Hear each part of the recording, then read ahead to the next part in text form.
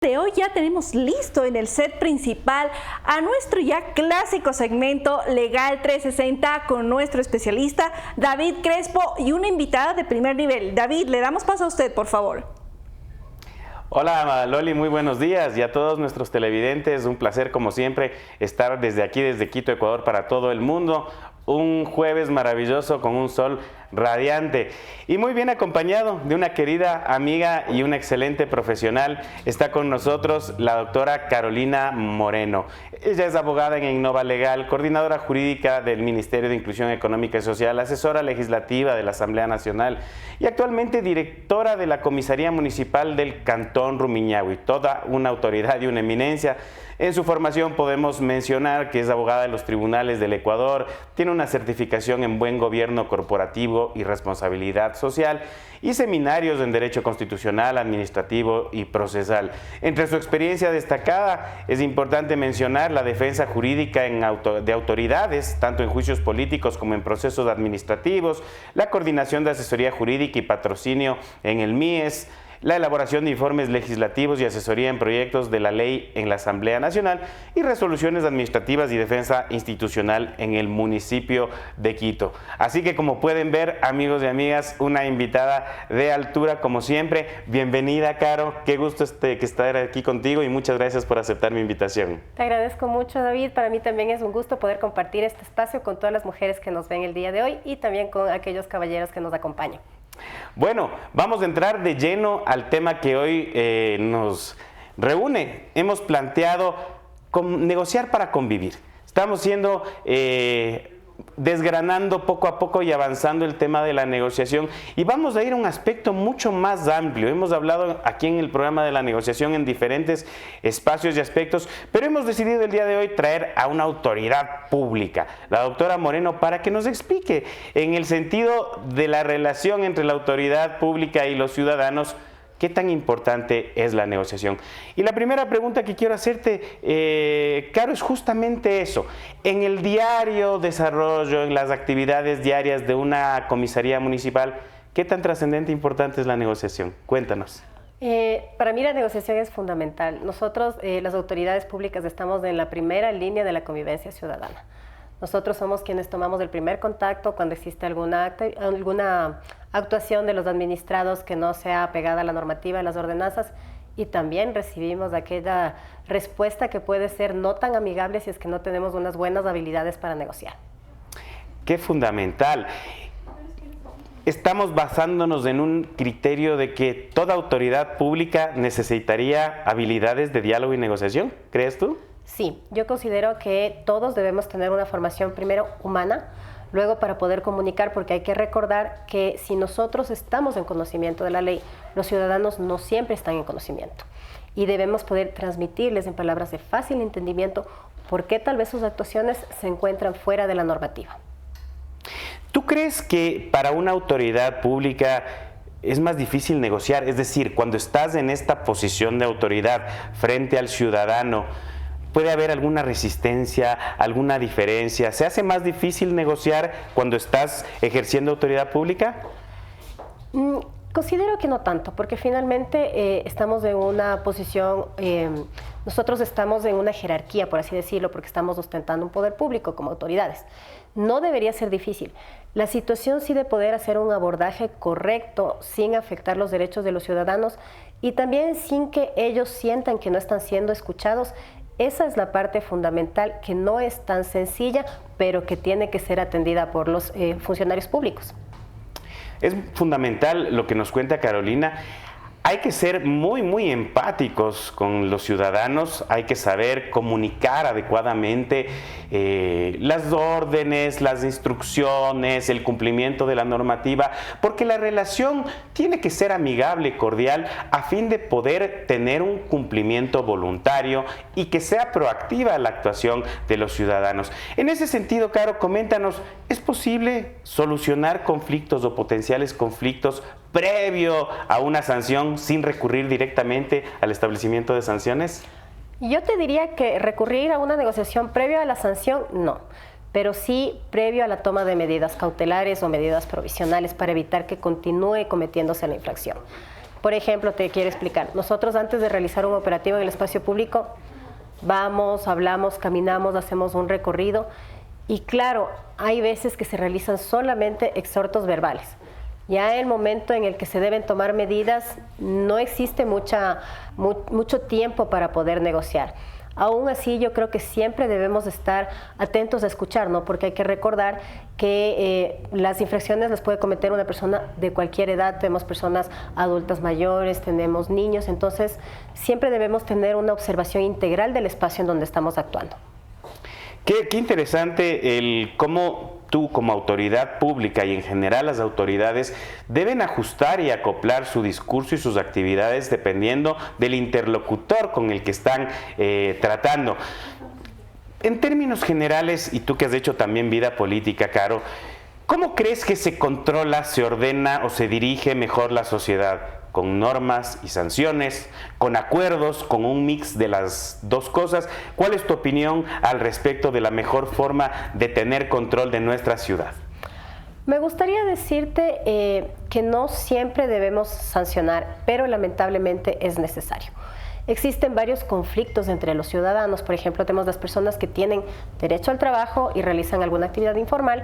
Tenemos aquellos dueños de establecimientos que efectivamente son formales y están pagando impuestos. Y tenemos también algunos vecinos que exigen, por ejemplo, vivir con paz. Sin embargo, para mí no es lo fundamental el tema de la sanción. Creo que una buena comunicación de parte de, en este caso, los gobiernos autónomos descentralizados, para que las personas tengan la información, para que la absorban y para que la puedan hacer suya, con el fin de convivir, de tener una convivencia pacífica y armoniosa, eso es lo fundamental. Primero, el diálogo a través de la comunicación. Quiero tocar un tema que es clásico en los problemas que enfrentas diariamente y es el uso del espacio público. Es evidente que viviendo en sociedad los espacios públicos son de uso para todos, pero como dice el refrán, mis derechos terminan donde empiezan los derechos de la otra persona. En ese sentido, Caro, ¿cuáles son los conflictos más comunes que se te presentan en tu calidad de directora de comisaría municipal en el diario y en el uso del espacio público?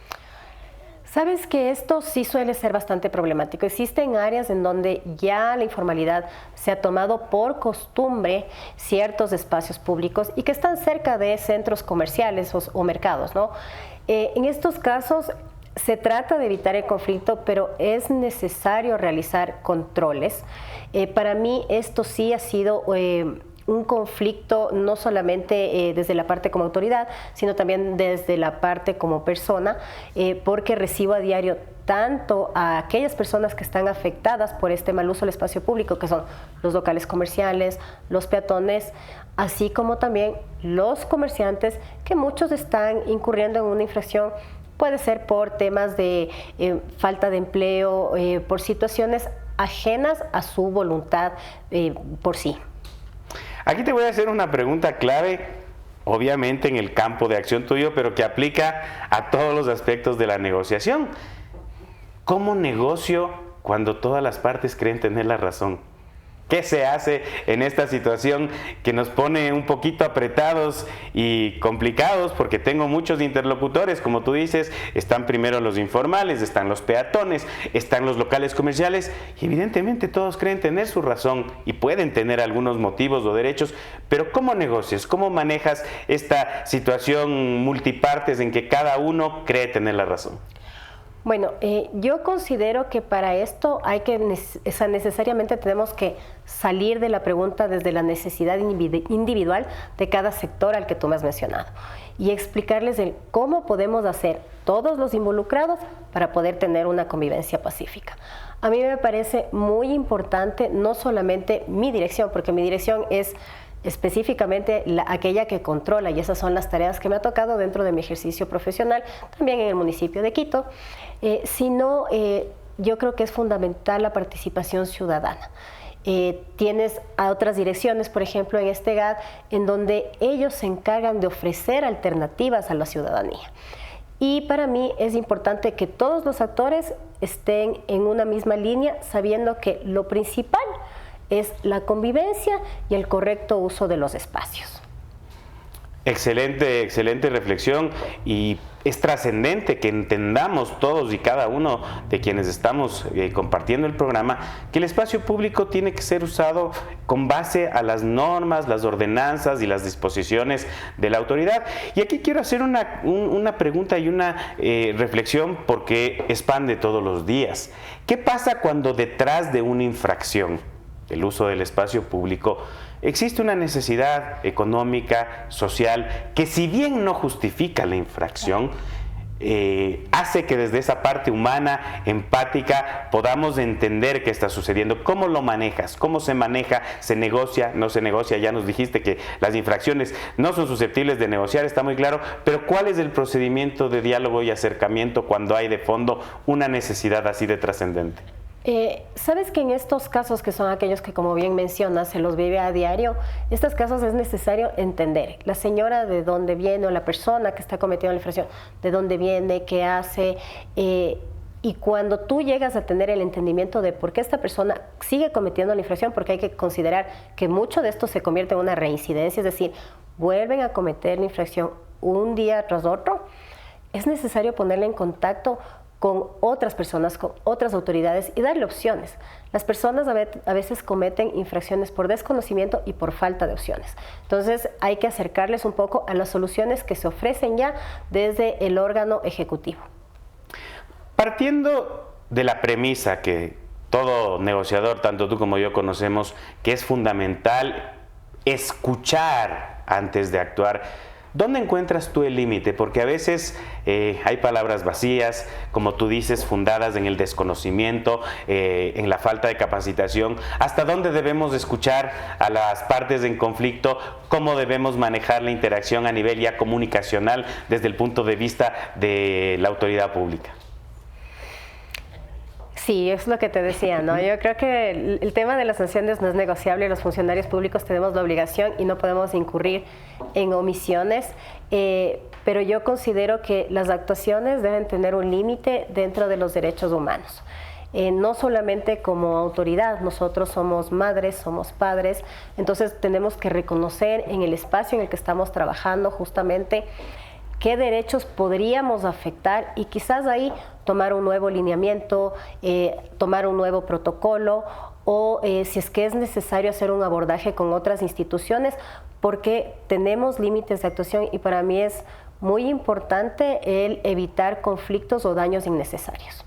Qué importante lo que mencionas. Creo que es trascendente que cada una de las personas, hombres, mujeres, que ejercen autoridad pública, tengan esta conciencia social preventiva. El objetivo es, en realidad, mantener una convivencia armónica, no solo sancionar por sancionar, y sobre todo prevenir posibles conflictos futuros.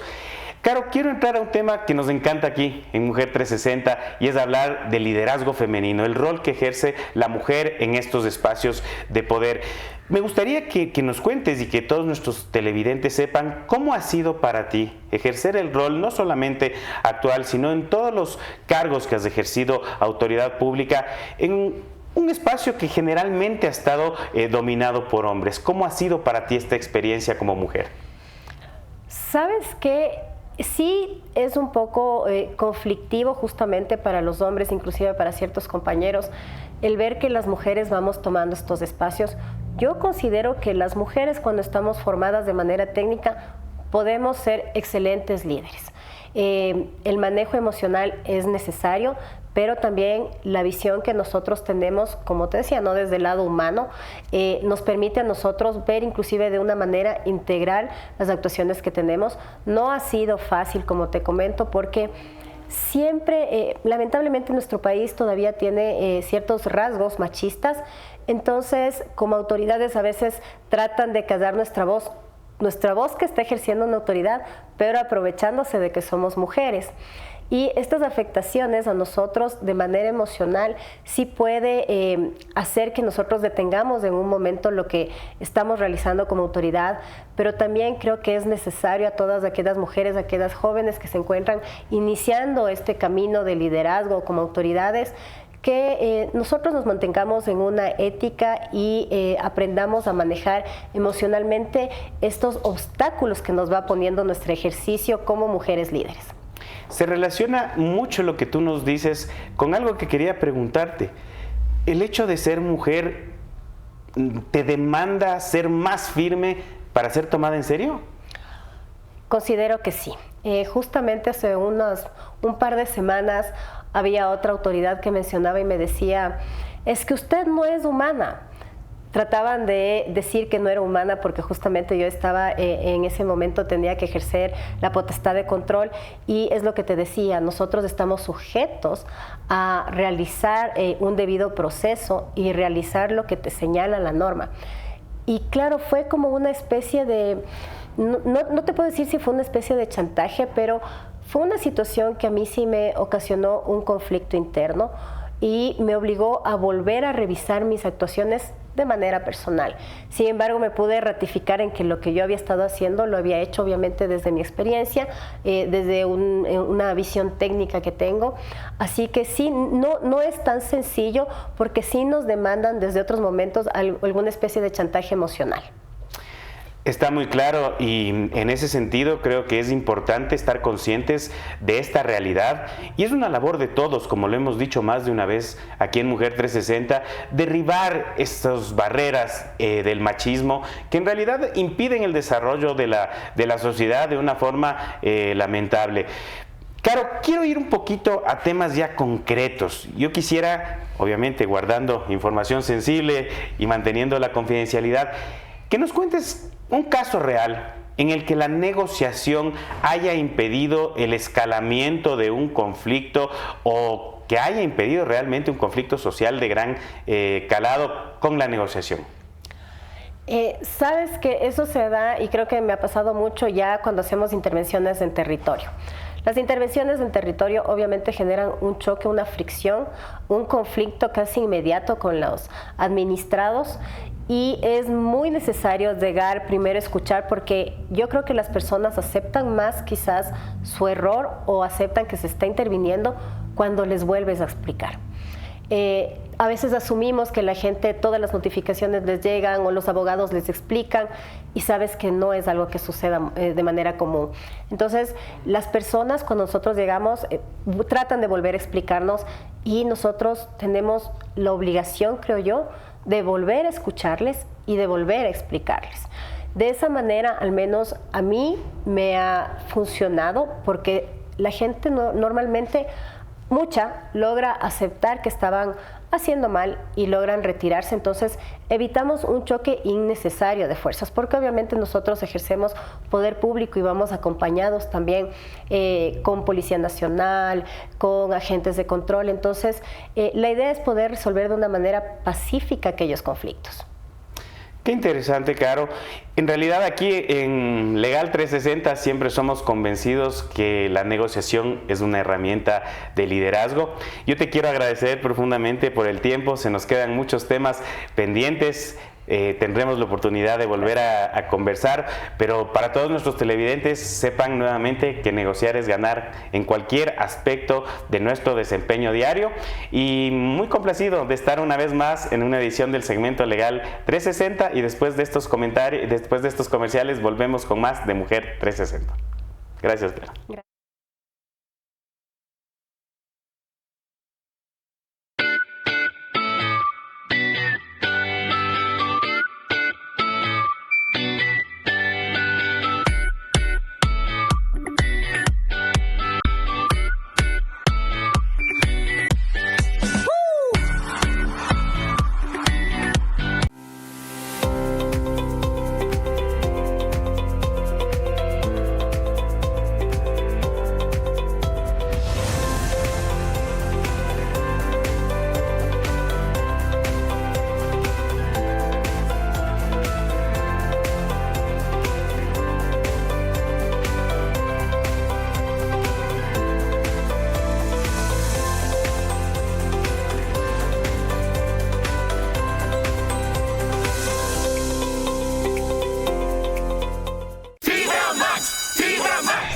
Con Fibra Max disfruta de 1000 megas por solo 17,50 más impuestos. Las tareas y consultas de tus peques sin interrupciones. Tus series y películas con una conexión estable y con la menor latencia del país. Y lo mejor, al activar tu servicio, participas en el sorteo de uno de los Wi-Fi dorados. Con internet gratis para toda la vida. Activa tu plan ahora y podrás ser uno de los afortunados ganadores. ¡Fibra Max! ¡Fibra Max!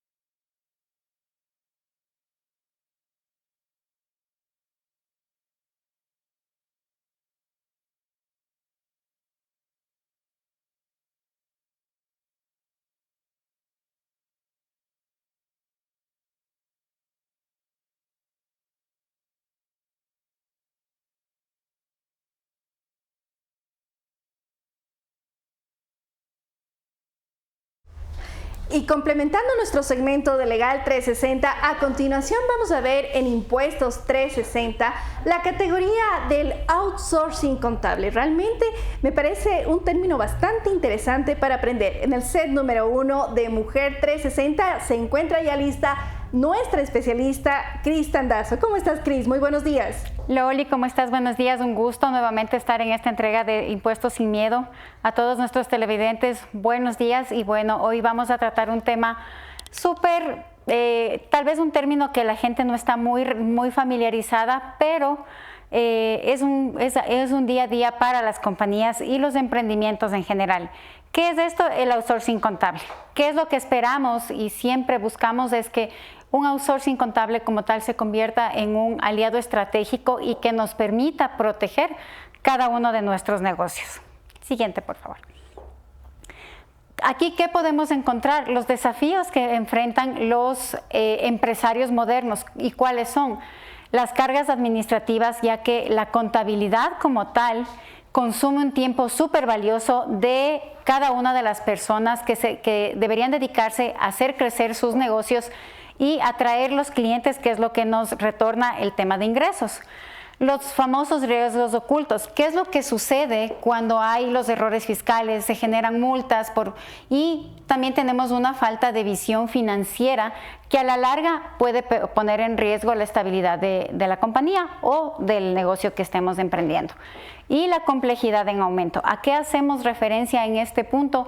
Es que el entorno fiscal y contable ecuatoriano como tal cambia constantemente, lo cual exige que los profesionales del área tributaria, del área contable, se preparen, se actualicen de manera constante, y muchas veces ese acompañamiento las sociedades, los emprendimientos, las gerencias no lo tienen, y ahí es cuando se producen este tipo de errores o inconvenientes que pueden costarnos y que ponen en riesgo también la liquidez y como tal también la operacionalidad de la compañía.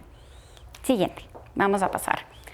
Y bueno, vamos aquí a ver qué es el outsourcing contable. El outsourcing contable, en palabras sencillas, quiere decir externalizar nuestras funciones o servicios contables y tributarios. ¿Qué quiere decir esto? Que vamos a tener un equipo técnico especializado trabajando para nosotros, pero a su vez vamos a reducir los costos que se encuentran asociados a la nómina interna, es decir, beneficios sociales, aportes al IES y ese tipo de rubros que generan una disminución en la liquidez de la compañía. Ahora, ¿cuáles son los beneficios? Podemos encontrar el tema de protección en lo que son los cumplimientos tributarios y en caso de una auditoría fiscal, el crecimiento como tal. ¿Por qué? Porque libera tiempos que las personas directivas o gerencias o administradores pueden dedicarlo a atraer clientes, mejorar ingresos y hacer mover su negocio y circular como tal sus operaciones. El cumplimiento garantizado, que es súper importante, porque el equipo asignado del outsourcing o el técnico como tal está a cargo de lo que es el cumplimiento tributario, el cumplimiento fiscal legal dentro de los tiempos adecuados, dentro de los tiempos que no generen ningún tipo de contingente para el contribuyente, así como la reducción de errores y, por qué no, también el tema de un manejo de auditoría sin estrés en el caso de que existan, ya sea por parte de la autoridad tributaria o aquellas compañías que se encuentran obligadas ya a llevar una auditoría externa. Y claramente libera el potencial. ¿Qué quiere decir esto? Que el ejecutivo o el administrador dueño del negocio recupera su tiempo para generar más estrategias, generar ventas y operaciones que realmente generen valor para mantener su negocio en el tiempo. Siguiente. Tenemos los casos de éxito. Aquí podemos decir que las empresas florecen con un aliado contable. Y aquí, ¿qué es lo que encontramos? Empresas con trayectoria que ya presentan un crecimiento anual, una planificación tributaria y están en fases de innovación. Y empresas en crecimiento, que es, como decimos, la parte medular para que todo emprendimiento pueda sostenerse en el tiempo, y es que los negocios comienzan a organizar sus flujos de caja, a realizar una planificación financiera que los prepara de manera más sólida para enfrentarse a nuevos mercados, abrirse paso a nuevos mercados y a nuevos desafíos. Y como tal también tenemos a las corporaciones internacionales. Hoy en día es bastante común que empresas internacionales vengan ya sea al Ecuador o a otros países y busquen profesionales de la materia tributaria, contable, legal, porque ellos necesitan tener primero la seguridad de que están en manos correctas, de que sus operaciones no se van a poner en riesgo como tal, y tienen el acompañamiento de profesionales calificados que les permitirán transitar su nuevo proyecto en el Ecuador, y por ende, ¿por qué no también el asesorarle de la manera más correcta para no cometer errores y para que también puedan generar más plazas de trabajo y contribuir con el desarrollo del país? Pasamos, por favor. Es ahí cuando decimos tu negocio protegido, tu futuro asegurado. Y aquí es algo que necesitamos siempre tener en cuenta, y es que el outsourcing contable no es un lujo, sino que es una decisión estratégica en la cual separa a los negocios que sobreviven de los que prosperan. ¿Por qué? Porque decimos que el outsourcing como tal debe ser visto como una inversión más no como un gasto, ya que este tipo de negocios o de profesionales generan un retorno real. Es decir, me reducen riesgos como empresario, mejoran la eficiencia y la toma de decisiones se vuelve mucho más acertada, se vuelven igual a tiempo y de manera más inteligente enfocado como tal al negocio. ¿Qué es lo que pasa también? Se transforma la contabilidad en una herramienta más no en una carga, ya que la contabilidad tiene un poder para impulsar el negocio y su crecimiento. Y estamos directamente relacionados en proteger el patrimonio, porque generalmente los emprendimientos que son negocios unipersonales, y estamos poniendo todos nuestros esfuerzos en que ese negocio, en que esa inversión que estamos realizando tenga su retorno y tenga como tal un crecimiento adecuado. Y es así que como Andes Tax nosotros les invitamos a dar el primer paso, que es lo más importante, y siempre tener en cuenta que los aliados estratégicos como tal estamos para ayudarles, para guiarles y ofrecerles soluciones tributarias que impulsen su crecimiento, que nos enfoquen de mejor manera en cuál es la situación de cada uno de los contribuyentes y generar un acercamiento personalizado, amigable y que nos permita igual crecer de manera conjunta. Eso es, muchísimas gracias por acompañarnos en una entrega más de Impuestos sin Miedo, y nos pueden ubicar en nuestras redes sociales de Instagram, LinkedIn y WhatsApp.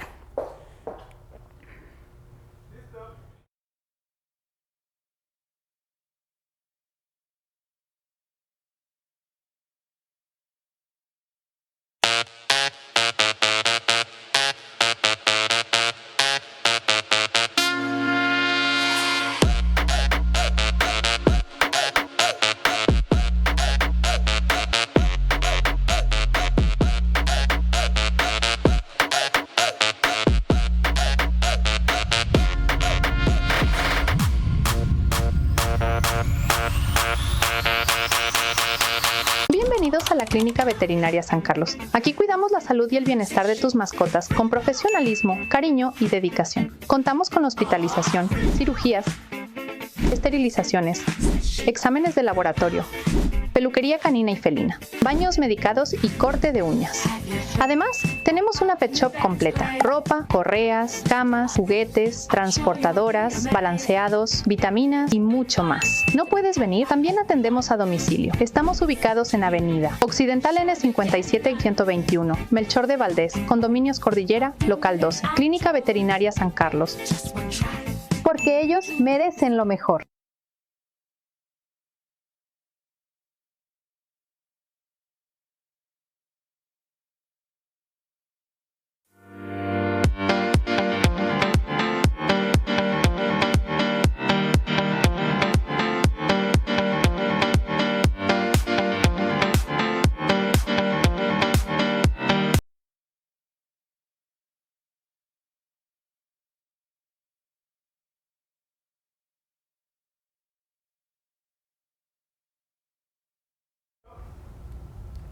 ¿Cómo están? Muy buenos días y regresamos con nuestro segmento de Economía 360. Y el día de hoy vamos a hablar un poco sobre la democracia. Y es que cuando hablamos de democracia, lo primero que se nos viene a la mente son las elecciones, el voto ciudadano, pero realmente estamos entendiendo lo que es vivir en democracia.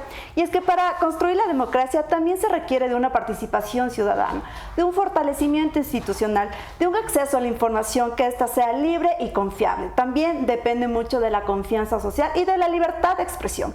El día de hoy vamos a conversar mucho más de este tema con la politóloga Gabriela Guerrero. Con ella vamos a entender un poco mejor qué nomás conlleva la democracia y cuáles son los desafíos actuales que se presentan. Gaby, ¿cómo estás? Bienvenida. Muchísimas gracias por aceptar nuestra invitación. Muchísimas gracias, Fer. Para mí estoy encantada más bien de estar aquí con ustedes. Gracias nuevamente.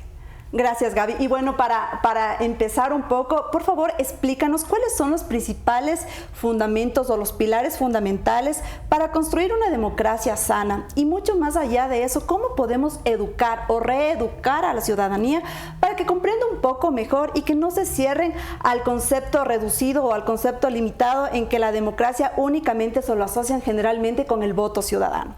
Bueno, yo creo que para eso tenemos que entender primero qué es la democracia y básicamente por qué le pertenece a todos los ciudadanos. Yo creo que estamos muy errados en pensar que hacemos democracia, por ejemplo, solamente cuando nos llaman a elecciones, ¿no? Que es como lo más común, exactamente.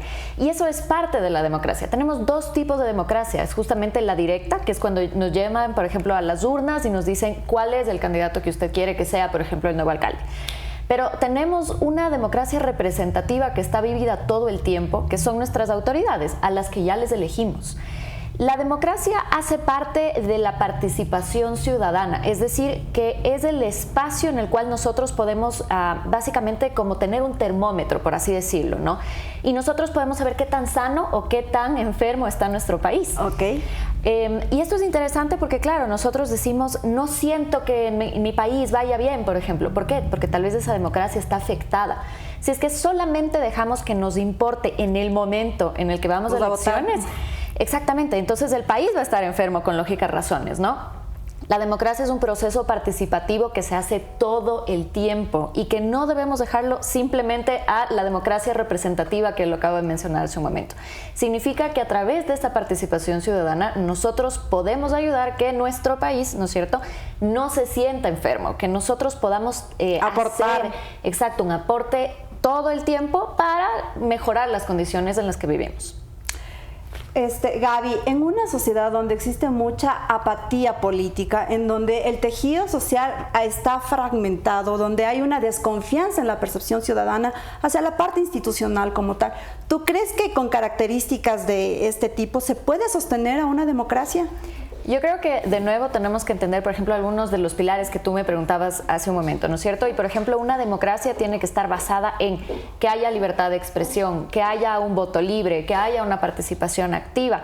Y hay muchos índices que te permiten saber eso. Entonces, yo creo un poco ahí es ¿cómo llegamos a tener democracia en un espacio donde no confiamos en las instituciones, donde sentimos que la política nos falla, ¿no es cierto? Y yo creo que lo que peor podemos hacer es ser apáticos al respecto. Mientras más desentendidos estemos, mientras menos cabeza le pongamos, más estamos dando la oportunidad a que tal vez las personas no adecuadas lleguen a ocupar ese espacio, porque ese espacio no va a quedar libre, ese espacio siempre va a ser ocupado por alguien. Entonces hay que tomar nuestra casa, ¿no es cierto?, y hay que limpiarla. Para mejorar la democracia nosotros tenemos que hacer un mejor sistema de partidos, fortalecer esas instituciones que están abandonadas, y eso significa que hay que depurar las instituciones, hay que depurar esos sistemas de corrupción que muchas veces no llegan solamente con gobierno, y sobre todo hay que entender que hoy en día la democracia está afectada por un ente mucho más allá del gobierno que se llama narcotráfico. Entonces son muchos factores que tenemos que ahora evaluar, pero que, como digo, no hay que desentendernos como ciudadanos, porque hay que entender que no solo se hace participación ciudadana a través de partidos políticos, sino justamente desde organismos sociales. Entonces, ¿cómo entro a participar? No es solamente ocupar sillas vacías, lo podemos hacer en nuestros barrios, lo podemos hacer con organizaciones barriales. Con organizaciones barriales, sí, asistiendo, por ejemplo, a los entes de participación. Entonces, hay muchos espacios inexplorados, porque yo creo que el propio ciudadano no entiende bien cómo hacer parte de y cómo eso hace parte de la democracia. Y creo que ahí también intervienen mucho los gobiernos locales, los gobiernos municipales, porque ellos tienen bastantes herramientas o talleres participativos en donde la ciudadanía se puede acercar y también aportar, como tú lo acabas de decir, y actuar de una manera mucho más activa y no únicamente pasiva, digámoslo así, solo en el momento de voy y voto y hasta ahí, digamos, me limito en cuanto a la participación. Pero hay algo que, cuando hablamos de democracia, hay otro término que se me viene a mí a la cabeza, y es la isocracia. Y a esta la entendemos o se la define como el gobierno de los iguales, es decir, todos los ciudadanos comunes, pueden, con sus opiniones, son tan importantes o tan valederas como la de otro ciudadano, que quizás otro actor puede ser un actor político o un actor que tiene mayor, quién sabe, poder económico. Es decir, estamos hablando que todos somos iguales, y lo que busca la isocracia realmente es reducir un poco la brecha, ya sea económica, social, política o judicial. Considerando esto y considerando que en muchas sociedades, en la mayoría, los ciudadanos son más votantes en lugar de ciudadanos que son participativos, críticos o con un pensamiento mucho más discursivo, ¿tú crees que es idóneo aplicar una isocracia plena como tal, que sea una isocracia pura? ¿Funciona o es más bien un poco utópico? A ver, yo creo que nada termina siendo utópico, pero sí hay que hacerle un pantallazo al país, y es que en este momento no todos estamos capacitados para formar parte de, ya sea que le queramos llamar democracia, ya sea que le queramos llamar isocracia, ya sea que le queramos llamar aristocracia. No estamos preparados para participar porque desconocemos de qué se trata. Entonces, ¿cómo podemos hablar de igualdad si es que no estamos en igualdad de condiciones en el término de conocimiento?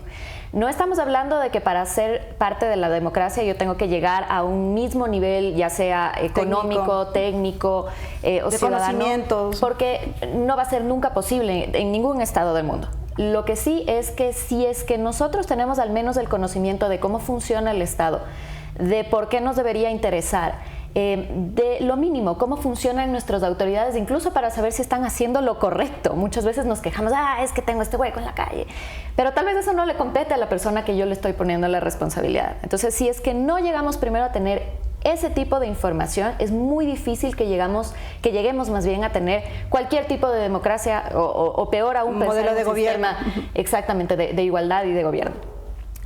Mi solución al respecto, creo yo, es que podamos hacer un tema de reimponer, y ahí sí lo digo desde la parte educacional, la participación cívica, que está súper abandonada. Yo no me puedo doler de mi país si no entiendo cómo funciona, qué es, dónde vivo. Esos espacios importantes yo creo que es lo que le empoderan al ciudadano. Entonces me encanta lo que acabas de decir, porque yo creo que sí es posible, no es utópico, pero mientras no lo hagamos desde la educación, desde el conocimiento, yo creo que el ciudadano nunca va a entender que él tiene algo que es súper importante, control social, que no lo usamos. Lo tenemos ahí como abandonado en un poder del Estado.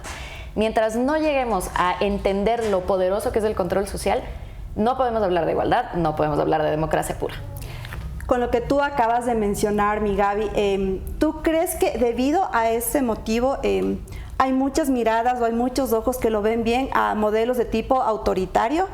Sabemos que el autoritarismo no viene abanderado con una ideología, ¿no? Se ha visto prácticas autoritarias tanto en gobiernos con tintes de izquierda como de derecha. ¿Tú crees que por este motivo la gente diga, está bien, que se dé. Sí, yo creo que nos hemos acostumbrado a que se tiene que resolver las cosas rápido, ¿no? Inmediato. Entonces, si es que tenemos que hacer ciertos saltos constitucionales, si es que tenemos que crear cosas, sea como sea, nos han dicho hay que resolver el problema, porque si no, cuando tomamos la vía correcta a veces pasan muchos temas o mucho tiempo. Y esto no lo estoy diciendo, lo vivimos en el Ecuador, lo vivimos en toda la región América Latina, Así o sea, es nuestra base. Y además entendamos que somos muy personalistas, creemos mucho en la gente, o sea, en la persona, en el líder. Los líderes caudillistas son un reflejo, ¿no es cierto?, de nuestra sociedad, y todo eso va calando en nuestra cultura política. Entonces, yo creo que ahí el problema real es cómo llegamos a reentender de nuevo lo que es la política. Yo creo que ahí falta un término súper importante en lo que mencionas, y es entender que no es lo mismo el partidismo que la política, ¿no? A veces nos enmarcamos mucho en las ideologías que le pertenece a un partido. No, la política le pertenece al ciudadano, no es un tema partidista. Qué bueno que los partidos hablen de política, porque esa es la vía para llegar al gobierno. Pero nada tiene que ver, ¿no es cierto?, el hablar de política con el partidismo, el cómo yo pienso a través tal vez de seguirle ahí a un ciudadano. Entonces, son esas cosas que se tienen que demarcar para poder alejarnos de los autoritarismos, porque lo que han hecho los políticos hoy en día es robarse la política y abanderarlo como si fuera algo propio. No vamos a dejar de tener gobiernos autoritarios en América Latina en general, mientras el ciudadano no entienda que la política no le pertenece al político, sino a sí mismo. ¿Crees que hay otro de los limitantes es la falta de planificación? Sí, sin duda hoy en día yo creo que llegamos a estos liderazgos bastante extremos, como los vemos, por ejemplo, no sé, se me ocurre un Bukele, ¿no es cierto?, un Milei, donde a función de tratar de resolver el problema, lo cual está bien, porque alguien se tiene que arriesgar a resolver el problema, pero muchas veces dejamos atrás un poco el tema de el cómo lo vamos a lograr. Y esa es la problemática, yo creo que vivimos todos dentro de nuestros gobiernos locales. Muchas veces decimos, bueno, ya elegimos a la persona y ojalá venga con un plan de gobierno, o con un plan ciudad. Entonces, lo que tenemos que empezar ahora es empatar el buen liderazgo junto con la planificación, y yo creo que eso es hacer que la gente que conoce vuelva a ocupar los espacios de política, es decir, la gente técnica con experticia. No sé, yo tal vez te hago ahí la pregunta a ti. ¿Tú dejarías tu espacio en lo privado para llegar a un cargo público de elección popular? Y hay muchas personas que se lo preguntan y lo dudan, porque eso es dejar tu tranquilidad en lo privado y arriesgarte a lo público, y arriesgarte a temas como una contraloría, a una persecución. Entonces te lo piensas dos veces. ¿Quieres tener una mejor planificación? Haz que las personas que conocen tengan incentivos reales para volver hacia la parte pública. Y ahí no olvidarse y no dejar a un lado la importancia de buscar realmente el bien común, porque ese es el sentido político, ¿no? Todos hacemos política, de hecho, pero el buscar el bien común también depende de cada uno de nosotros como ciudadanos, aportar siempre desde nuestra trinchera, digámoslo así. Con lo que mencionaste hace un momento, para hablar de una democracia estamos hablando de una participación ciudadana que, además de que sea activa, también tiene que ser analítica, tiene que ser crítica, debe tener un pensamiento discursivo. En este sentido, ¿tú crees que se puede sostener la democracia si a falta de este tipo de participación o de este tipo de características ciudadanas? Imposible, le estamos destruyendo uno de los pilares fundamentales, ¿no es cierto?, a la democracia. Entonces tiene que haber participación ciudadana sí o sí. O sea, aquí es un llamamiento a que, de nuevo, ocupemos esos espacios que nos pertenecen, ¿no es cierto?, porque si no la situación no va a cambiar. Estamos mucho pensando en que vamos a tener este Mesías, ¿no es cierto?, Salvador, que en algún momento va a venir a resolvernos los problemas, y es la peor mentira que nos pudieron contar. La gran verdad en ese sentido es que si no te haces cargo de tu propia casa, de nuevo, la situación va a ser exactamente la misma. Podemos poner a la persona más brillante a que nos lidere, pero mientras la participación ciudadana no le acompañe, mientras el control social no acompañe a sobre todo velar el cumplimiento de lo que deben hacer las autoridades y sus instituciones, lastimosamente yo te diría que ahí sí es utópico pensar que va a funcionar una democracia donde el ciudadano no esté comprometido. Aquí, ¿qué rol crees tú que juegan las redes sociales? ¿Tú crees que las redes sociales nos ayuda a mejorar la democracia o más bien aumenta la polarización que actualmente creo que sentimos o percibimos muchos ciudadanos? Yo creo que las redes sociales se han convertido en un mecanismo de transparencia, Entonces, eso significa que ahí estamos nosotros encontrando la información breve y rápida. Pero eso no puede dejar de hacer que la autoridad nos rinda cuentas reales. Entonces, tiene que verse como una comunicación rápida, pero no reemplaza lo que sí tiene que hacer una autoridad, que es justamente decirnos y contarnos qué está pasando. Ahí está la distinción. Muchísimas gracias, Gaby, por haber aceptado nuestra invitación nuevamente. Realmente este es un tema súper amplio y muy bonito, que yo creo que es el interés, es el interés de todos y cada uno de nosotros aportar a nuestro país, no simplemente juzgar o señalar, sino también analizar lo que está pasando a nuestro alrededor y de esa manera contribuir y buscar el bien común, que realmente todos lo queremos y también lo merecemos. Y a continuación vamos con una pausa comercial y regresamos.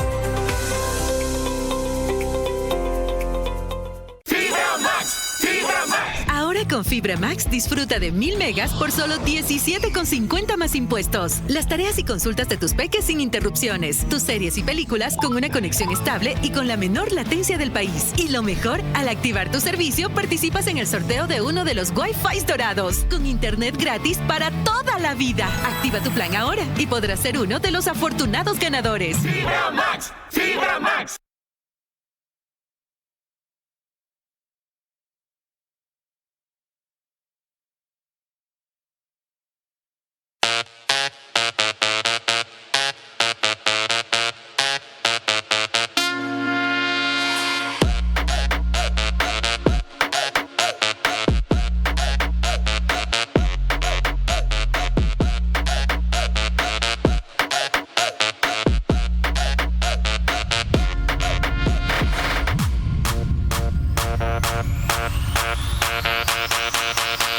Bienvenidos a la Clínica Veterinaria San Carlos. Aquí cuidamos la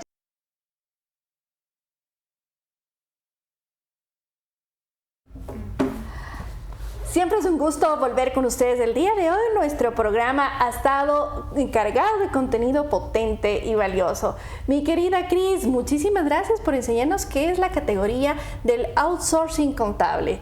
Con muchísimo gusto, como digo, es un placer compartir con ustedes como equipo y más que nada, como mencionamos aquí en Mujer 360, somos una cajita de herramientas que busca guiar de la mejor manera, ya sea a mujeres emprendedoras también o a aquellos hombres que están en el mundo de negocios, para que vean que esto es una ventaja competitiva, de que no le tengan miedo a tener a un tercero aliado, porque va a ser su aliado y va a trabajar en conjunto con ustedes, y de esa manera es lo que tratamos también de trabajar aquí con el equipo. Muchísimas gracias, Cris. Siempre tu presencia nos hace quitarnos ese tabú de miedo a los impuestos, más bien nos haces más amigable la vida. Exacto. Tú también en la misma línea, mi querida Fer, economía e impuestos van de la mano. El día de hoy nos aperturaste un tema importantísimo, la democracia.